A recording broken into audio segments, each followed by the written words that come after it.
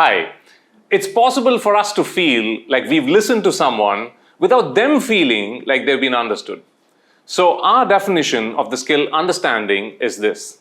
When you summarize someone else's point of view in such a way that they say, yes, that's absolutely my point of view, you have understood them completely.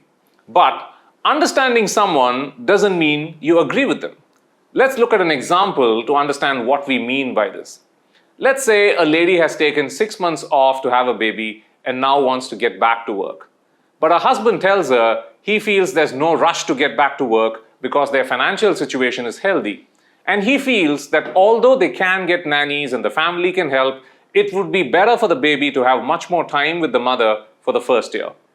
If the wife responds with, so, what you're saying is that my career is not important? This is not what the husband is saying, but that might be what she's afraid he really means. And subconsciously, she might feel that summarizing his position in this way can make him defensive and maybe agree to her point of view. But that's not what he's saying. What he's saying is that they're financially okay, and he feels that the mother's attention is better than any substitute for it in the first year of a child's life. He's not saying that her career is not important. But then, to counter this accusation, he says to her, so, are you saying that our baby is not important to you?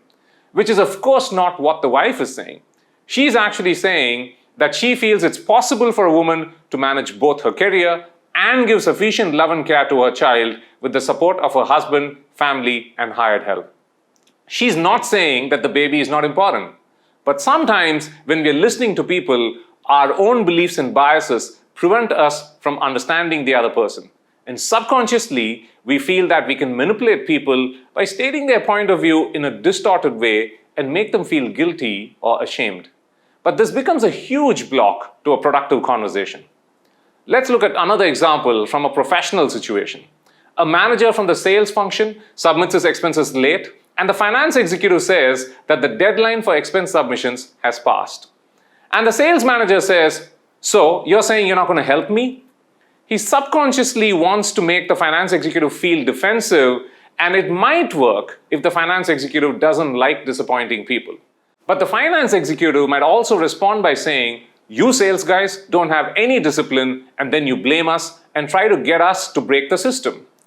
If the sales manager understood the finance executive, he would simply verify, so you're saying that the deadline has passed.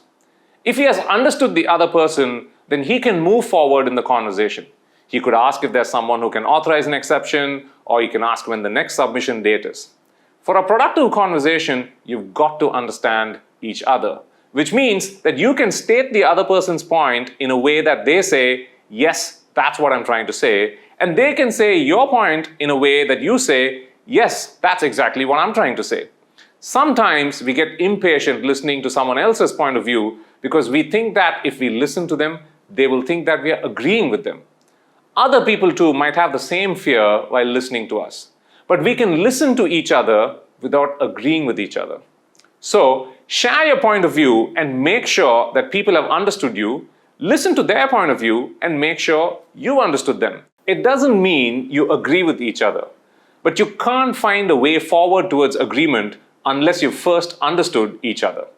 Here's an exercise for you to practice understanding. Pick a point of view that you don't agree with. Something controversial. It could be why someone else supports a political party that you don't support. It could be why someone believes in God while you don't, or why someone doesn't believe in God while you do. Then summarize your understanding of their position to them. If they say that you have distorted their position, then you're still not willing to understand them. But if they say, yes, that's how I see it, then you know that you have described their point of view without any distortion. You may not agree with them, but you understood them. And that's the foundation on top of which real conversations are built.